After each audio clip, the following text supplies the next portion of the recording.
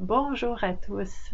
Aujourd'hui, pour notre édition Booktube, j'ai décidé de vous parler d'une série de livres. Donc, j'ai 4 livres ici qui sont autant pour les adultes que pour les enfants.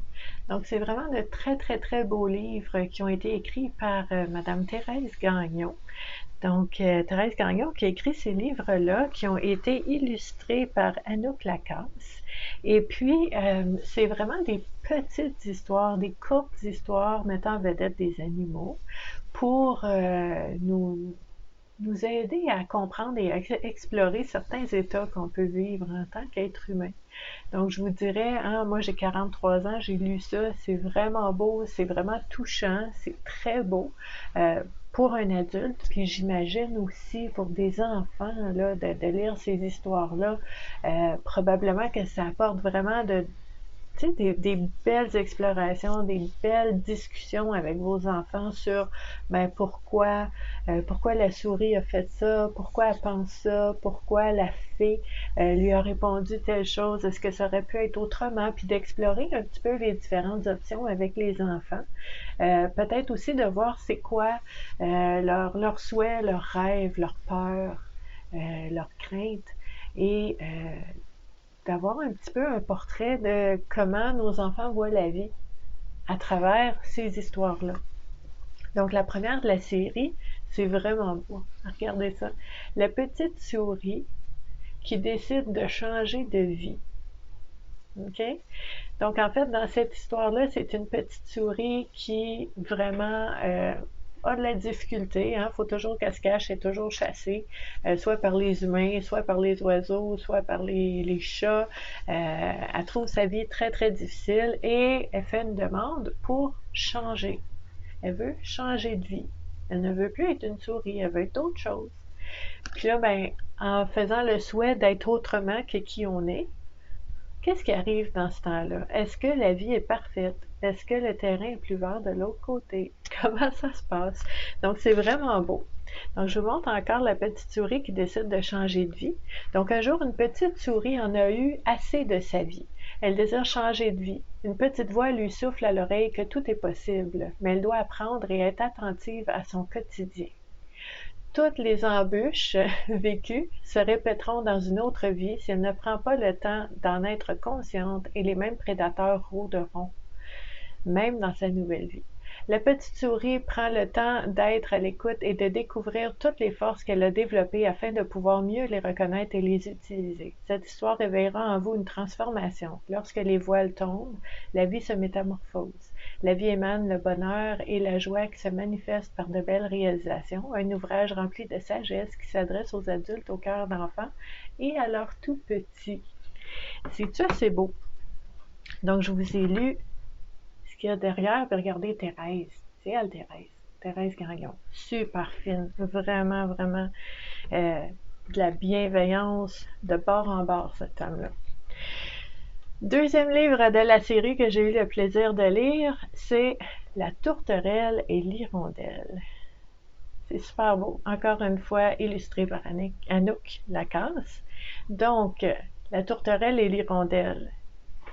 C'est un petit peu l'histoire, si je résume, du fait d'être confortable et bien dans sa zone de confort, dans sa petite cage, dans la maison, et finalement de se rendre compte qu'il y a tout un monde à l'extérieur de notre zone de confort. Et puis, est-ce que ça nous tente de partir à l'aventure? Est-ce que ça nous tente pas?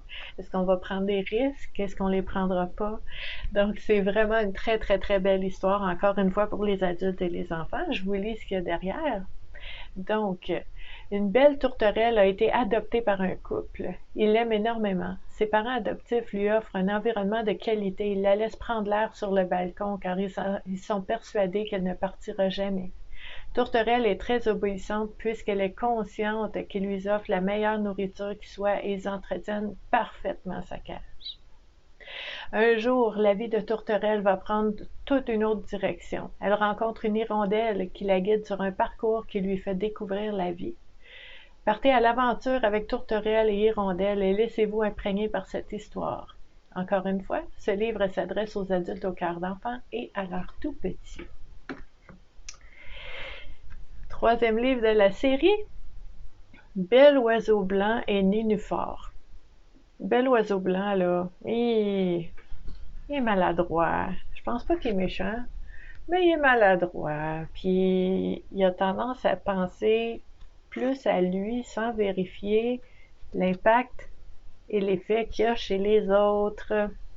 Fait qu'il prend de la place, puis c'est pas facile, puis il est confronté quand on lui dit que peut-être il devrait s'informer, voir comment son entourage le reçoit. Donc c'est vraiment une très très belle histoire. Donc Bel oiseau blanc et le nénuphar. Regardez le nénuphar, je sais pas si vous voyez sa face là, comme oh, il vient encore se poser sur moi. Ah! Donc, je vous lis le texte qui va avec l'histoire. Bel oiseau blanc aime tellement Nénuphar qu'il ne veut pas s'en éloigner. Bien qu'il y ait plusieurs autres fleurs dans l'étang, il n'y en a qu'une qui fait vibrer son cœur. Tous les jours, il vole au-dessus de Nénuphar en la regardant amoureusement et parfois il se pose en silence sur elle. Mais un jour, la rencontre d'une fée très sage change sa vie. Avec patience et douceur, Fée Marraine l'amène à dépasser les limites qu'il s'impose. En plus, elle lui enseigne une grande clé, celle de la communication véritable qui ne laisse aucune place aux suppositions et à l'interprétation. Chacun des personnages est une partie de vous. Partez à l'aventure avec Bel oiseau blanc. Magnifique histoire. 4e livre de la série, Vers de terre et goéland. Sont-ils assez beaux? Encore une fois, belles illustrations de Anouk Lacasse, écrit par Thérèse Gagnon.